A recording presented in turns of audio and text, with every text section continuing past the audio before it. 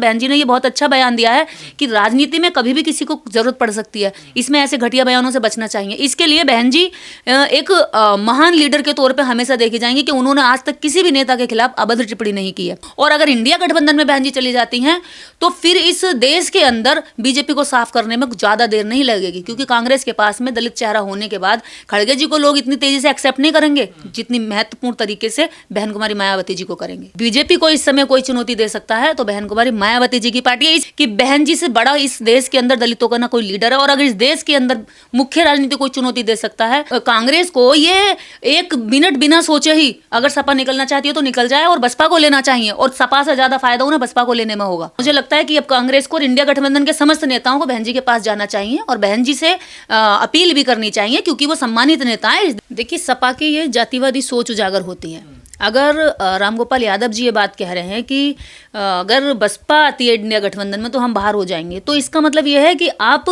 दलितों का वोट तो लेना चाहते हैं लेकिन दलित लीडरशिप को एक्सेप्ट नहीं करना चाहते। एक्सेप्टेड आपको केवल अपना ही लीडर चाहिए और वोट आपको दलितों का चाहिए। तो दलित अभी इतना अंधा या बहरा नहीं बचा है जिसके पास बुद्धि नहीं है, जो सोच नहीं सकता। इनकी जो राजनीति है सपा की पूरी खत्म हो जाएगी। यदि बसपा इंडिया गठबंधन में जाती है तो सपा का वजूद खत्म हो जाएगा, क्योंकि जो लोग बिखरे हुए हैं, जो अभी बहन जी के गठबंधन में ना आने से नाराज हैं, वो सारे एकजुट हो जाएंगे, सारे इकट्ठे होकर के फिर मूवमेंट में लग जाएंगे। और बसपा को वो अपनी पार्टी आज भी मानते हैं। तो क्या होगा, फिर इंडिया गठबंधन जो है मजबूत हो जाएगा और इंडिया गठबंधन के पास में एक मजबूत चेहरा प्रधानमंत्री के रूप में भी पहुंच जाएगा। इससे जो समाज के बीच में बिखराव है, टूट फूट है, वो भी इकट्ठी हो जाएगी। सपा को क्या दिक्कत है अगर बसपा? सपा को दिक्कत ये है कि सपा अभी ऊपर से तो बात करती है कि हमें दलितों के हम बहुत बड़े हितैषी हैं, बाबा साहब की तस्वीर भी लगा लेती है, माला भी चढ़ा देती है, फूल भी चढ़ा देती है। जैसे बीजेपी एक दिखावा करती है, इसी तरह से सपा भी कभी कभी इस बात को जाहिर करती है कि हम तुम्हारे हितैषी हैं। लेकिन सच्चाई में अगर देखा जाए तो ओबीसी के ही द्वारा इस देश के अंदर ब्राह्मणवाद ने हमेशा लाठियों के दम पर दलितों को पिटवाया है। और वही सोच, जो सामंती सोच इनके दिमाग में बैठी हुई है, उसी सोच को इन्होंने मीडिया के सामने उजागर कर दिया है। सपा की क्या हैसियत रह जाएगी अगर सारे ही लोग जब बसपा के साथ जाकर के, सारे दलित बसपा के साथ जाकर के इंडिया गठबंधन को मजबूत करेंगे। तो इससे पता चल जाता है कि कांग्रेस के पास सपा से ज़्यादा मजबूत चेहरा और पार्टी बसपा है, और इसी का डर जो है रामगोपाल यादव जैसे जातिवादी मानसिकता को सता रहा है। इस पूरे विवाद में बहन जी ने भी अपना बयान जारी किया। उन्होंने कहा है कि ऐसा नहीं बोलना चाहिए सपा को, राजनीति में कब किसको किसकी जरूरत पड़ जाए। बिल्कुल बिल्कुल। देखिए, जो ये बयान है ये एकदम ही इस देश के अंदर बहुजन, देखिए ओबीसी और एससी दोनों बहुजन वर्ग में आते हैं, और दोनों को बहुजन समाज के माध्यम से बाबा साहब ने भी इनके लिए अधिकारों की लड़ाई लड़ी। ओबीसी की सबसे बड़ी लड़ाई बाबा साहब डॉक्टर अम्बेडकर ने लड़ी। उसके बाद मंडल कमीशन लागू हुआ तो मान्यवर काशीराम साहब ने पूरा जी जोर लगाया, मेहनत करी। काशीराम साहब ने ओबीसी के चेहरे, ओबीसी के नेता भी तैयार करे और ओबीसी में भी उनकी संख्या के अनुपात में उनकी भागीदारी दी अपनी पार्टी के अंदर। तो ओबीसी में तो एकता एकजुटता अगर आई है तो उसके पीछे मान्यवर काशीराम साहब का हाथ है। और मान्यवर काशीराम साहब ने जब बसपा खड़ी करी तो उसी साथ साथ उन्होंने इस देश के अंदर एससी के साथ साथ ओबीसी को जागरूक करके उनके महापुरुषों के बारे में बताया। ये जो रामगोपाल यादव हैं, रामगोपाल यादव को इतना लोग नहीं जानते होंगे जितना कि इस देश के महापुरुषों के बारे में अगर लोग जाने हैं तो वो बाबा साहेब के बाद में मान्यवर काशीराम साहब की वजह से जाने। और आज जो दलितों में जागरूकता है, इसके पीछे बाबा साहेब का मिशन है, और इस मिशन को ले जाने वाले भी इस देश के दलित नेता ही हैं। इन ओबीसी ने क्या करा है? ओबीसी के प्रेजेंट समय पर नेताओं ने कुछ करा ही नहीं है, बनी बनाई मलाई खाई है। और इसको भी अगर लोगों के बीच में पहुंचाने का काम करा, मेहनत करिए, घर घर तक पहुंचे, ओबीसी में ये जागरूकता पैदा करिए कि तुम नेता बन सकते हो। तुम लाठी चला करके यहीं गाँव देहातों में, खलियानों में इनका शोषण करते करते ही रह जाओगे और संसद पर कब्जा दूसरे लोग करके ले जाएंगे। तो इनको ये बात भी सिखाने वाले मान्यवर काशीराम साहब हैं। आज इनकी क्या औकात होती, इनकी क्या वैल्यू रह जाती, इनकी अगर पार्टी नहीं होती और दलितों ने इनको वोट देकर के सत्ता में नहीं लाया होता 2012 में, तो इनकी क्या वैल्यू होती। इन्होंने तो ये साबित कर दिया कि जब इनकी सरकार थी, जब इन्होंने पार्कों के नाम बदले, जब इन्होंने शहरों के नाम बदलने की कोशिश करी, प्रमोशन में आरक्षण जो था उसको इन्होंने कैंसिल किया, खत्म किया। तो इसका मतलब ये है कि इनकी मानसिकता है कई बार दलितों को ये लगने लगता है, हमें भी लगता है कि भी चलो ठीक है, बहुजनों में एकता लाने के लिए मनमुटाव भुलाने चाहिए। और बहन जी ने ये बहुत अच्छा बयान दिया है कि राजनीति में कभी भी किसी को जरूरत पड़ सकती है, इसमें ऐसे घटिया बयानों से बचना चाहिए। इसके लिए बहन जी एक महान लीडर के तौर पे हमेशा देखी जाएंगी कि उन्होंने आज तक किसी भी नेता के खिलाफ अभद्र टिप्पणी नहीं की है। अगर विरोध भी किया है तो उन्होंने अपनी डिग्निटी उस व्यक्ति की भी रखी है और अपनी भी शब्दों की मर्यादा रखी है, उसको भी कभी नहीं लांगा। जो राजनीति को अच्छी तरह से समझते हैं उनका ये कहना है कि अगर बीजेपी को हरा सकती है तो वो बसपा हरा सकती है, सपा नहीं हरा सकती। इसमें ये सबसे बड़ा फैक्ट है। इस भारत की राजनीति में अगर बीजेपी को कोई चुनौती दे सकता है तो वो बसपा है, क्योंकि बसपा के साथ में पूरा दलित जुड़ जाएगा और यहाँ तक कि ओबीसी के लोग जो जागरूक हैं वो भी बसपा के साथ आने को तैयार हो जाएंगे।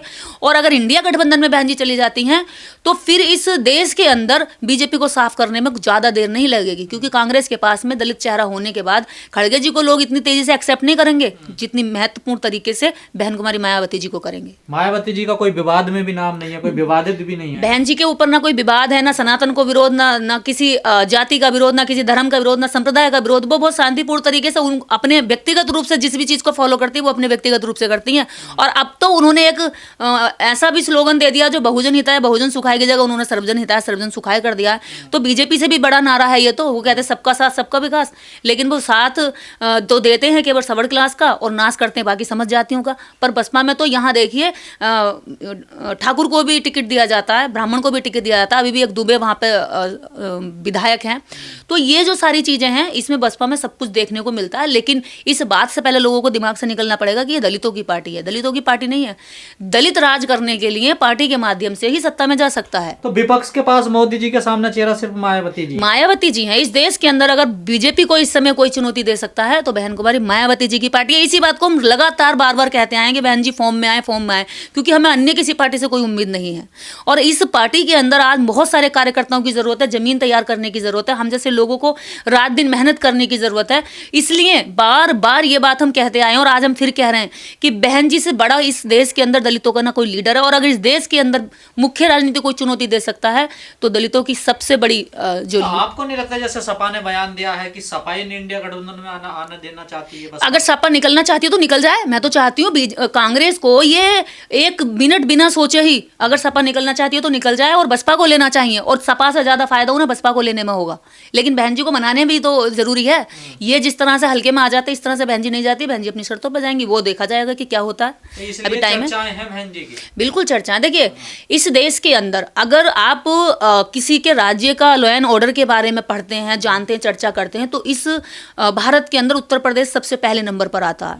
यमुना एक्सप्रेस वे देने वाली बहन कुमारी मायावती जी हैं। इस देश के अंदर जो आज जेवर में एयरपोर्ट बन रहा है इसका प्लान भी लेकर आने वाली बहन कुमारी मायावती जी हैं। और इस देश में नोएडा जैसा एक स्मार्ट सिटी, जो अभी की जो सरकार है स्मार्ट सिटी का से केवल नाम और बैनर और पोस्टर और प्रचार प्रसार करती है, बहन जी के काम का मात्र प्रचार नहीं हुआ है। बहन जी ने नोएडा जैसा शहर दिया जो विदेश जो आप फॉरेन कंट्री में जाएंगे तो वहां का सारा ये मैप है जिसको इतने मॉडल तरीके से उन्होंने तैयार किया। वो भी 2007 में और 2007 में अभी भी हमारी सरकारें नहीं सोच पा रही हैं इतने बड़े प्लान को। तो बहन कुमारी मायावती जी ने जैसा शासन चलाया है ऐसा शासन अगर वो उनको दोबारा से मौका मिलना चाहिए, उनको पूरे देश का प्रधानमंत्री अगर बनने का मौका मिलता है तो देश बहुत जल्दी ही तरक्की करेगा, प्रोग्रेस करेगा और इस देश के अंदर सामंती और जातिवादी सोच का विनाश होगा। इंडिया गठबंधन के पास अभी भी मौका है, ये बहुत बड़ा मौका है और कांग्रेस को बहुत जल्दी इस बारे पे विचार करना चाहिए और बहन जी के जाकर के अगर जरूरत पड़े तो हाथ पैर भी जोड़ लेने चाहिए, क्योंकि अगर इस समय डूबती नैया को बचा सकता है इंडिया गठबंधन की कोई तो वो केवल बहन कुमारी मायावती जी ने तो इशारा दे दिया ना, कब किसकी क्या जरूरत पड़ जाए। हाँ, तो इशारा दे ही रही है। ये अच्छी बात है। मुझे लगता है कि अब कांग्रेस को और इंडिया गठबंधन के समस्त नेताओं को बहन जी के पास जाना चाहिए और बहन जी से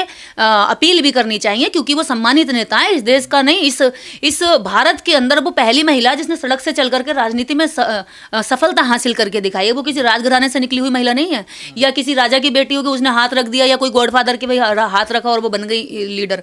उन्होंने सड़क पे चल चल के संघर्ष किया है और उनके जीवन का ये उस उम्र पे पड़ाव है जब उनके पास बहुत लंबे समय का एक्सपीरियंस भी है। और सबसे बड़ी बात यह है कि दलितों के जहन में जब अपने नेता का नाम आता है तो सबसे पहला नाम बहन जी का आता है।